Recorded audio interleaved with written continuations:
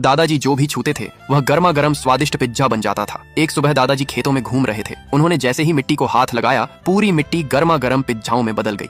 दादाजी डर गए। उन्होंने पास के पेड़ की डाल पकड़ी, लेकिन वह भी तरह तरह के पिज्जाओं से भर गई। घबराकर दादाजी घर भागे। दरवाजा छुआ, पिज्जा। कुर्सी छुई, पिज्जा। थाली उठाई, पिज्जा। रसोई में गए, रोटी छुई, पिज्जा। पानी का घड़ा छुआ तो वह पिघले हुए चीज से भरे बड़े पिज्जा में बदल गया। बहू डर कर चिल्लाई, बाबूजी यह क्या हो रहा है? दादाजी रोते हुए घर से बाहर निकल गए। रास्ते में उन्होंने अपनी प्यारी गाय को सहलाया और देखते ही देखते वहाँ गर्मा गर्म पिज्जाओं का बड़ा ढेर लग गया। पूरा गांव डर गया। एक आदमी बोला, अगर दादाजी ने पूरे गांव को छू लिया तो सब पिज्जा बन जाएगा। गांव के मुखिया ने गुस्से में कहा, अब दादाजी इस गांव में नहीं रह सकते। ये सुनकर बेटे ने भी घर का दरवाजा बंद कर लिया। दादाजी की आंखों में आंसू आ गए। उन्होंने अपने कंधे पर छोटी सी पोटली रखी और अकेले गांव छोड़कर शहर की तरफ चल पड़े। बहुत दूर चलने के बाद दादाजी शहर पहुंचे। भूख और थकान से सड़क किनारे बैठ गए। तभी उन्होंने देखा कि कुछ बच्चे एक पिज्जा दुकान के बाहर खुशी से पिज्जा खा रहे हैं। दादाजी अचानक सोच में पड़ गए। उन्होंने पास पड़ा पत्थर छुआ, वह पिज्जा बन गया। पत्ते छुए,